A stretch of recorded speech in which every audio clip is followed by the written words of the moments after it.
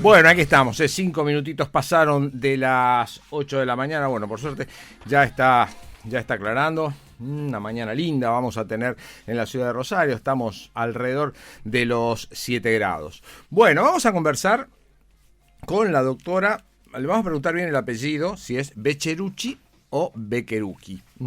Es la subdirectora de ELECA, médica terapista, intensivista, jefa de terapia intensiva del Hospital de Emergencias Clemente Álvarez. Andrea, buen día. Daniel de Paola te saluda. ¿Cómo estás? Hola, buen día. ¿Qué tal, Daniel? ¿Cómo estás? ¿Me aclarás lo del apellido? El apellido, sí, Andrea Beccherucci. Ah, Beccherucci, está bien. Ah, que es Beccherucci. Perfectísimo. ¿Cuánto hace que sos médica? Médica, 26 años. ¿Por qué? Así Como mucho tiempo. Te dio de coqueta. Sacar la cuenta. 26 años. Sí. El ECA es un ejemplo de urgencia, un ejemplo de salud Sí. pública. Ustedes llegan al ECA, ¿no? Y no saben con qué se encuentran, o cada vez que llegan a su trabajo saben lo que van a tener. No, es como una caja de Pandora, nunca sabes lo que... siempre, bueno, nosotros pedimos un informe de cómo está la noche, o sea que nos vamos a acostar los que estamos, bueno, en la dirección o coordinando diferentes áreas. Cuando nos acostamos sabemos cómo está el hospital, ¿no? Pero a la mañana cuando nos levantamos puede haber cambiado por completo. La verdad que uno no sabe lo que se encuentra a la mañana, cuando llega o cuando prendés el celular a la mañana. Prendés no, porque está prendido toda la noche, pero cuando lo mirás, ¿no? Sí, es una realidad que todas las mañanas el hospital está totalmente distinto a lo que uno dejó la noche anterior. ¿Y por qué alguien se dedica a trabajar en terapia intensiva? O un día te toca trabajar en terapia intensiva y entonces te tenés que quedar ahí. Yo esto lo pregunto desde la absoluta ignorancia, no sé cómo son las metodologías médicas, pero ¿por qué alguien elegiría justo ese lugar? No, yo creo que nadie está ahí porque le toca. Los que estamos en terapia intensiva lo elegimos. No somos muchos, somos pocos los que los elegimos, que elegimos esa especialidad, cada vez menos, pero bueno, los que estamos ahí lo elegimos y lo elegimos porque nos gusta. Realmente los que estamos ahí adentro, que somos pocos, somos apasionados de la terapia intensiva. ¿Sí? Nos gusta lo que es la patología crítica, nos gusta el enfermo crítico y solucionar problemas. Básicamente las terapias intensivas lo que hacemos es solucionar problemas, de la índole que sea. Porque vos sabés que, claro, la mayoría de nosotros, la referencia ¿cuál es? El consultorio, el médico clínico, que sea alguna especialidad o algo así. Nosotros empezamos a conversar mucho respecto a las terapias intensivas, o si te toca por algún familiar, alguien cercano, o ahora con este tema del COVID, en donde la palabra terapia intensiva se ha convertido en una de las más usadas de la Real Academia Española, ¿no? Entonces uno se pregunta cómo se vive un día en terapia intensiva, digo, y hoy vos, como decís, te vas a dormir y a la mañana siguiente ves a tus compañeros y ¿cómo ves a tu gente hoy? Digo, ¿qué sentís cuando los ves trabajando ante una sociedad que de repente no responde mucho? Mira, te quiero ir a una cosa que dijiste antes que por ahí quiero decir algo. Vos nombrabas a los médicos clínicos del consultorio. Claro. No es tan distinto. O sea, parece distinto, pero no lo es. Vos fíjate que yo también soy especialista en clínica médica y también hago consultorio. Uh-huh. Y casi, te diría, la gran mayoría de los médicos que estamos en el hospital donde yo trabajo, en el Clemente Álvarez, la gran mayoría somos también clínicos los que hacemos terapia intensiva. O sea, tenemos las dos especialidades. Y yo creo que eso, bueno, quizás en los últimos años a lo mejor se definió la carrera terapia intensiva como una especialidad primaria, pero muchos venimos ya con las dos especialidades y creemos que la terapia intensiva es el seguimiento del paciente clínico, pero en su etapa cuando la enfermedad se agrava. No lo vemos como algo distinto, no está fraccionado el paciente. El paciente puede entrar en un consultorio y de ahí empeorar, o entrar a la guardia y empeorar. Entonces creo que es la continuidad de una enfermedad donde lo que necesita es otro tipo de intervenciones. ¿Se entiende? No es tan fraccionada la medicina. Si uno lo ve más integralmente, uno lo que hace en la terapia intensiva es quizás sostener con otro tipo de aparatología o con otro tipo de mirada y con un cuidado un poco más cercano, lo que el paciente a lo mejor consultó primero a un consultorio o a una guardia. Claro, para nosotros, Claro, y por su evolución necesita otro tipo de asistencia. Claro, para el ciudadano de repente me parece que son como dos etapas, ¿no? Claro. Una te tranquiliza un poco más que la otra, qué sé yo, el médico, el clínico diciéndote, bueno, estás bien, toma tal cosa, y después esa otra etapa que vos decís, bueno, es todo ustedes Claro. lo ven como una sola cosa, Y claro, para nosotros es difícil verlo así. Claro, pero es el mismo paciente que a lo mejor, y bueno, y si vos querés remitirte a la enfermedad actual que está en boga, que es el COVID, a lo mejor un paciente puede empezar en el consultorio y estar atendiéndose en una guardia, y a lo mejor al día 5 necesita otro tipo de control y una mirada más cercana, y al día 7 otra, y al día 10 otro tipo de sostén. O sea, es el seguimiento. Por eso creo que, bueno, los intensivistas o los terapistas lo que nos gusta y nos compromete es cuidar al paciente en toda esta etapa y sobre todo en la etapa final, ¿no? Bueno, final, cuando digo final de una enfermedad no estoy diciendo por el desenlace del resultado, ¿no? Si es vida o muerte, sino completar con todo lo que necesita un paciente crítico, cuando se pone crítico. Y digo, en estos días que, insisto, empezamos a usar mucho más la palabra terapia intensiva, intensivista,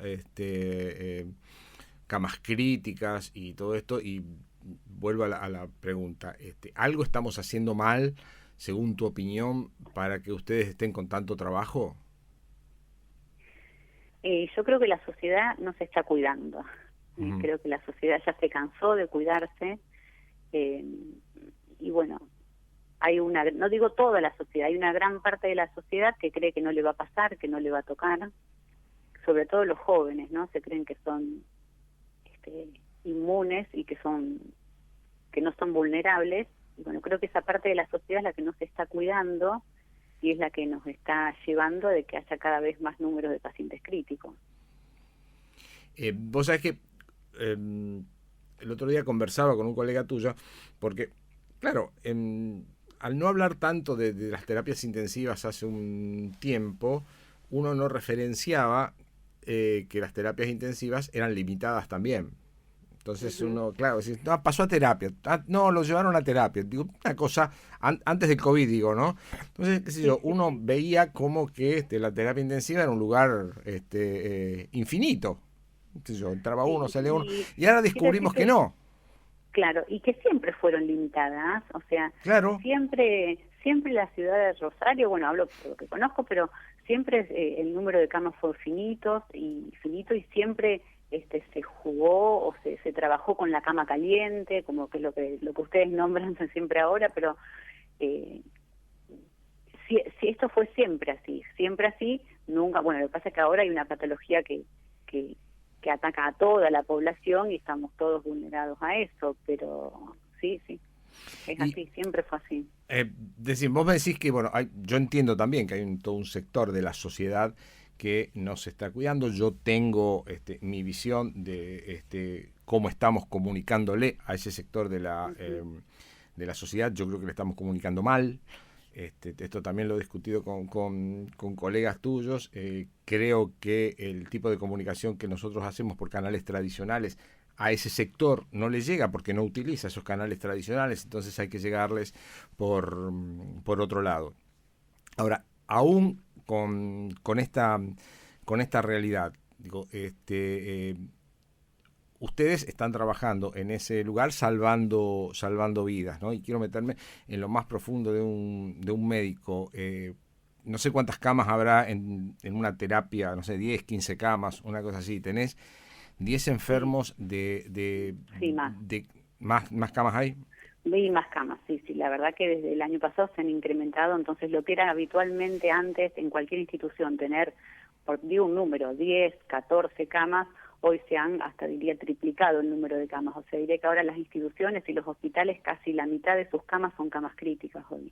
Y Andrea, ¿ustedes charlan esto que ha surgido en los últimos tiempos de estos protocolos de, bueno, si no tengo más camas tengo que decidir qué hacer con una persona o con otra? Mira, eso es algo que siempre se habló en la terapia intensiva, o sea, ahora es que sale a la luz y todo el mundo lo habla, pero en realidad el que hace terapia intensiva siempre se maneja con códigos de bioética, siempre. porque quizás no siempre un respirador es la solución a un problema de un paciente. Entonces yo creo que hay ciertas conductas que son conductas médicas que están guiadas por normas bioéticas que yo creo que se implementan y que deben ser implementadas siempre. No siempre una terapéutica que le hace bien a uno sirve o le hace bien a todos los pacientes. Uno tiene que analizar con cada paciente qué es lo mejor para cada paciente. Bueno, y como vos decís, si ahora se habla, y sí, eso siempre se habla, por supuesto, pero como se habló siempre. Ahora quizás un poco más y está a la luz, pero siempre uno tuvo que tomar decisiones bioéticas sobre qué es lo mejor para un paciente. No sé si se entiende. Sí, se entiende. Ahora bien... Y no siempre lo mejor para un paciente es llevarlo a una unidad de terapia intensiva, aislarlo de su familia, de su entorno, colocarlo en toda esta aparatología que ustedes ven por fuera, enchufes y demás. No siempre esa es la mejor solución para un paciente. O sea, es que... De hecho, hay pacientes que anticipadamente piden no hacerlo. ¿Cómo piden no hacer? ¿Yo puedo pedir que no quiero determinada cosa? Claro. Hay decisiones anticipadas que puede tomar un paciente y dejarlo por escrito. Liberando de la responsabilidad al médico, claro. Claro, y eso es legal. O sea, eso es legal, son las decisiones anticipadas que puede tomar un paciente en vida. Lo cual, no quiero desviar a donde vos querés ir del recurso finito que tenemos, que eso es cierto, pero por eso claro que no siempre ese recurso finito que todo el mundo está mirando y todo el mundo cuenta camas críticas y cuenta camas con respirador, no siempre son la mejor opción. Y desde tu punto de vista médico, ¿está bien que nosotros estemos todo el tiempo diciendo 20.000 contagiados, 600 contagiados, 500 contagiados, 22 muertos, 17 muertos, se terminan las camas, los médicos están cansados? ¿Está bien ese discurso? Para mí, y es mi opinión personal, para mí no. Para mí no, porque ya vemos que ese números que se van tirando, yo creo que a muchas personas no les sirven. A un grupo de personas les asusta mucho y también hay que cuidar la salud mental de las personas. Un grupo de población está aterrado con esto y otro grupo ni escucha ni se entera. Y la verdad que no sé si esa es la forma de comunicar tantos números. No sé si es la forma ideal. Creo que no está dando resultado. Ahora, yo aprendí siempre charlándolo con Leo Caruana, al que le mandamos saludos de paso. Nosotros un saludo a Leo. Siempre hablamos de médicos, ¿no? Y sí. Leo me enseñó a hablar de equipos médicos, ¿no? Exactamente, es realmente así, es un equipo. Bien. Y cuando lo hablamos desde este lado, yo claro, acá con un escritorio, un micrófono y una computadora adelante, hablo de los médicos y parecieran que son eternos, que no son humanos y que no son de carne y hueso, que no se cansan, que son tipo robots y que están las 24 horas dispuestos. Digo, hay un cansancio físico totalmente humano en los médicos ya a esta altura, ¿no? O en los equipos médicos. Sí, hay. Eso quería remarcar. Realmente, sí, el equipo, terapia intensiva es un equipo de personas, ¿no? Y que los médicos somos el número más chiquito. O sea, el equipo está generalmente, mayormente conformado por enfermeros, porque así tiene que ser. La relación de enfermeros por paciente es mucho mayor que la relación que hay de médicos por paciente. Entonces, cuando uno toma una guardia, este equipo, como decís, se conforma mayormente por enfermeros, quizás por un médico, y a esto se le suma los técnicos de todos los servicios de sostén, el técnico bioquímico, el técnico radiólogo, los kinesiólogos, no me quiero olvidar de nadie, pero bueno, es un equipo. Cuando uno llega, toma una guardia, te encontrás con un equipo con el que vas a estar 12 o 24 horas. Y bueno, realmente son equipos muy lindos de trabajo para la gente como yo que ama una terapia intensiva. Son parte de tu vida, son tus amigos muchas veces. Y si no son amigos, son grandes compañeros de trabajo con lo que uno comparte años, comparte la vida, o sea, comparte embarazos, nacimiento de hijos, pérdidas de familiares. Y son equipos donde los vínculos humanos son muy estrechos. Y si vos me decís si el equipo está cansado, sí, está cansado el equipo. Hace muchos años, que ya los equipos vienen cansados, quizás por falta de recursos, quizás por falta de reconocimiento, y este último año, así como la sociedad está cansada y está asustada, a estos equipos como individuos, estas personas también les pasa lo mismo. Van a trabajar y están asustados de volver a su casa y contagiar a sus familiares. Bueno, tremendo. No es fácil, no es fácil, pero Andrea, como te dije anteriormente, la gente que está ahí es porque eligió estar ahí. Un paciente, ¿no?, preso del Sí. COVID hoy. Yo digo, charlo esto así como para concientizar también a la gente, ¿no? Yo estoy internado, no sé, en una sala y de repente, si no, bueno, hay que llevarlo a terapia este hombre. Sí. El paciente, el ingresar a terapia hoy, ¿le causa bueno, voy a estar mejor, me van a curar, o le causa miedo? No, yo creo que le causa miedo. Uh-huh. Creo que le causa miedo. Hay los dos tipos de pacientes. Está el paciente confiado, el paciente que confía en el equipo que lo está tratando, y cuando uno le explica que lo va a pasar porque va a conectarlo a cierto aparato o a cual otro, que lo va a mejorar, hay pacientes que reaccionan con tranquilidad y confían, y creo que esos son los que mejor le va. Cuando uno está confiado en el equipo tratante, hay mejores resultados. Pero también hay que reconocer que eso genera un gran miedo, porque está el miedo a la muerte. Claro. Y yo creo que sí, genera miedo. Sí, Uno tiene que tratar de generarles confianza, pero genera miedo. Si hoy tuvieras un poder de decisión, no, hay que cerrar todo, hay que terminar con los bares, basta de escuela, la economía parada, etcétera, etcétera. Vos dirías, hay muchos colegas tuyos que dicen que ante el agotamiento del personal médico, ante la cantidad de contagios y ante lo finito de las camas, bueno, cerremos todo. ¿Serías de esa opinión? Bueno, yo voy a opinar como médica, o sea, obviamente claro. hay cuestiones de que, y por eso creo que es una decisión muy difícil, y vamos a decir, si yo pudiera hacerlo, pero no quisiera estar en el lugar de la persona que tiene que hacerlo, porque tiene que evaluar también muchas otras cosas. Yo como médica diría, sí, me gustaría que esté todo cerrado, porque realmente el año pasado, cuando fue la cuarentena más estricta, fue notable lo que fue el ingreso de pacientes que tuvimos al hospital, de todo tipo. En la cuarentena más estricta, todos los índices de ingresos, ya sea por accidentes de tránsito o bueno, por la ola de violencia también que hay en la ciudad, disminuyeron bastante. Y también disminuyó las infecciones respiratorias que son no COVID. Claro. Entonces, si uno tuviera que decirlo como médica, y sí me gustaría que no haya circulación. Después, bueno, obviamente los que manejan las cuestiones económicas dirán hasta dónde se puede hacer, ¿no?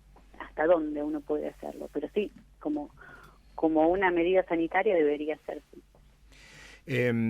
También sos de la opinión de que aún vacunado, aún contagiado y salido del COVID, hay que seguir cuidándose, utilizar el tapaboca, mentón, nariz, y seguir con todos los cuidados, sí, alcohol. Por supuesto. ¿Sí? Por supuesto, porque incluso ya estamos viendo pacientes enfermos con las 2 dosis de vacuna. O sea, quiero aclarar que la gran mayoría de con 2 dosis de vacuna solamente ahora en nuestro país tenemos el personal de salud, y recién en nuestra ciudad al menos a personas añosas, ¿no?, de más de 80 años que ya recibieron la segunda dosis. Pero el personal de salud que ya tiene las 2 dosis, estamos viendo infecciones. Uh-huh. No graves, pero sí estamos viendo infecciones. Entonces sí, por supuesto que uno tiene que seguir cuidándose. Y en personas no vacunadas que han tenido COVID ya hemos visto segundas y terceras infecciones. Entonces, a pesar de esto, no hay que relajarse y seguir con las medidas de aislamiento, uso de barbijo y higiene de manos. Eso siempre hay que hacerlo.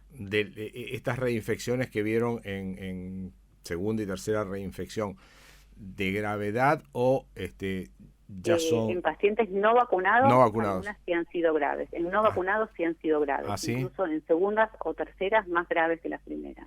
Hablo de los no vacunados. Hay esto que escuchamos, está esto que escuchamos todo el tiempo: si seguís teniendo anticuerpos, no lo tenés, ¿cuánto te duran? 60 días, 90, 30, ¿te juega eso también? Sí, y además que no se sabe también el rol de los anticuerpos que se dosan. Entonces, después de los 3 meses que uno tuvo COVID, puede volver a tenerlo. Entonces hay que seguir extremando las medidas de prevención. Andrea, creo que es fundamental en esto. Y digo, sin irme del COVID, ¿no? Porque el COVID sigue estando. Hoy, decía yo al principio del programa, llevamos en el año, en Rosario, 90 muertos. A Leca no se le escapa ninguna de las balaceras que hay en Rosario, heridos de tránsito y todo eso. Esto me parece también que debe subir aún más el esquema de cansancio y de tensión en los equipos ahí. Sí, por supuesto. O sea, incrementó el trabajo COVID y lo otro no decreció. Sí, igual, sí, cuando hay medidas de restricción de circulación y demás, vemos que disminuye el ingreso por accidentes de tránsito. Claro. Eso es una realidad. Hay menos, si bien sigue habiendo, hay menos ingresos por accidente de tránsito. Y con respecto a los ingresos por violencia, siguen igual, más o menos igual. Uno siempre se pregunta, bueno, ahora digo lo que yo me pregunto, pero te pregunto primero a vos. Si tuvieras 18 años, ¿elegirías esta carrera de nuevo? Sí. ¿Sí? Bueno, sí. Ahora bien, elegida esta carrera y a los 20 y pico recibida. Hoy en el ECA, ¿en alguna facultad aprendés todo lo que después, o parte de lo que después vas a vivir en un hospital como el Clemente Álvarez? No, ninguna facultad lo puede, ninguna facultad lo enseña. Todo se aprende, es recibirse, ingresar a un hospital y aprender en la cancha, todo lo que hay que aprender. Y hasta el momento sí había una determinada cantidad de afecciones, violencia, accidentes y todo esto que ustedes estaban más adaptados porque lo fueron aprendiendo con el tiempo en el ECA. Y de repente cae una pandemia de este estilo, ¿no? Desconocidas para aún los más conocedores, con nosotros llegando a una guardia y exigiendo atención, después de la atención que me cures, después que me hagas salir caminando, vivir eso tremendo, ¿no? Sí, la verdad que el año pasado fue mucho estrés organizar el hospital para poder atender a pacientes con esta enfermedad, que al principio no sabíamos bien cómo era el cuidado, cómo debía ser la circulación dentro de un hospital. Así que hubo que aprender de cero y trabajar para dividir prácticamente el hospital en dos, donde tiene que ir un circuito del paciente, el confirmado, el sospechoso, después son todos sospechosos. O sea, hemos escrito protocolos, escrito y desescrito, creo que toda la semana. Planteábamos rutas dentro del hospital y armábamos y desarmábamos semanalmente. Fueron, la verdad, que meses, y creo que llevamos un año donde nadie descansa y lo único que hace es estudiar y cambiar y generar nuevos protocolos, y cuando creemos que estamos asentados tenemos que cambiar todo de nuevo. Bueno, y así estamos hace un año. Y cuando salís a la calle, de repente vas a salir hoy a la tarde, qué sé yo, vas a pasar con tu auto por algún parque y vas a ver gente junta a otra gente, vas a ver un montón de ciudadanos sin el barbijo, vas a ver, o viste anoche, qué sé yo, en toda una zona de Rosario, una gran cantidad de gente tomándose una cervecita sin los más mínimos cuidados. ¿Qué sentís?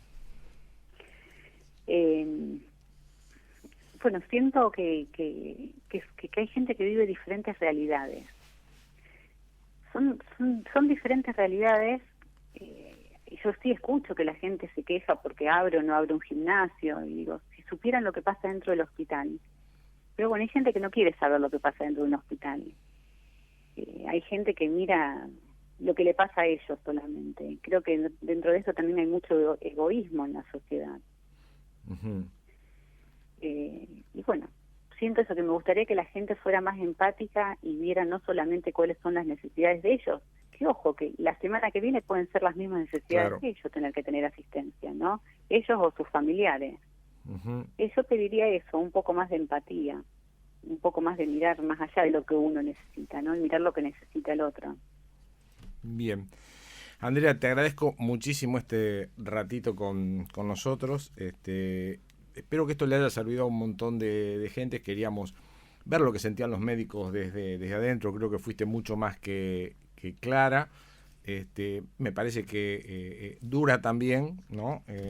Porque es el sentimiento puro de lo que tienen ustedes y lo que viven todos los días. Así que te agradezco muchísimo este ratito. No, por favor, gracias a ustedes, gracias a vos, Daniel. Bien. Andrea Beccherucci, subdirectora del ECA, médica terapista, intensivista. Bueno, me parece que de una claridad meridiana, medio que te deja un poquito perplejo, ¿no? Como te lo cuenta, pero bueno, esta es la realidad que vivimos. Sonó el top, 30 minutos pasaron de las 8 de la mañana.